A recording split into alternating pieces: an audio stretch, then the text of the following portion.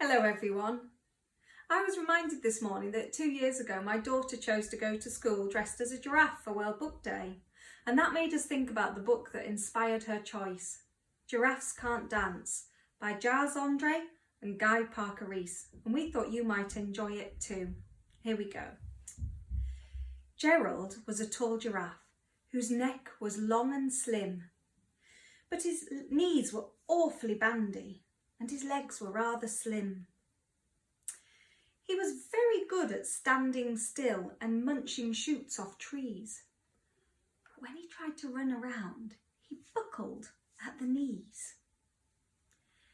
Now, every year in Africa, they hold the jungle dance, where every single animal turns up to skip and prance. And this year, when the day arrived, poor Gerald felt so sad, because when it came to dancing, he was really very bad. The warthogs started waltzing and the rhinos rock and rolled, and the lions danced a tango which was elegant and bold. The chimps all did a cha-cha with a very Latin feel, and 8 baboons then teamed up for a splendid Scottish reel. Gerald swallowed bravely as he walked across the floor, but the lions saw him coming and they soon began to roar. "Hey, look at clumsy Gerald!" And the animals all laughed. "Giraffes can't dance, you silly fool!" "Oh, Gerald, don't be daft." Gerald simply froze up. He was rooted to the spot. "They're right," he thought. "I'm useless. Oh, I feel like such a clot." So he crept off from the dance floor and he started walking home. He'd never felt so sad before, so sad and so alone. Then he found a little clearing and he looked up at the sky. "Oh, the moon can be so beautiful," he whispered with a sigh. "Excuse me," coughed a cricket who'd seen Gerald earlier on, "but sometimes when you're different, you just need a different song. Listen to the swaying grass and listen to the trees.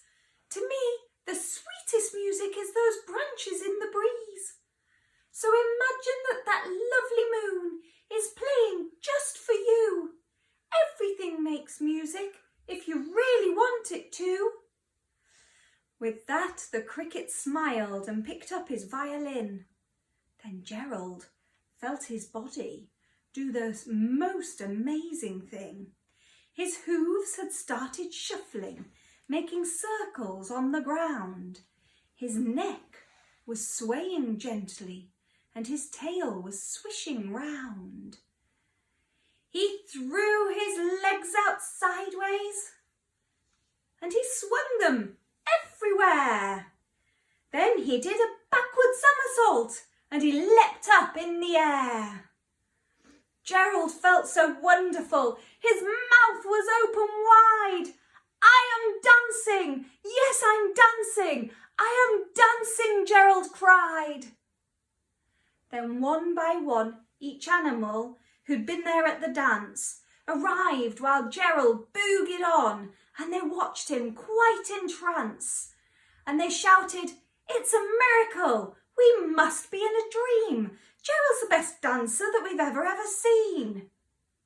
"How did you learn to dance like that? Please, Gerald, tell us how." But Gerald simply twirled around and finished with a bow. Then he raised his head and he looked up at the moon and the stars above.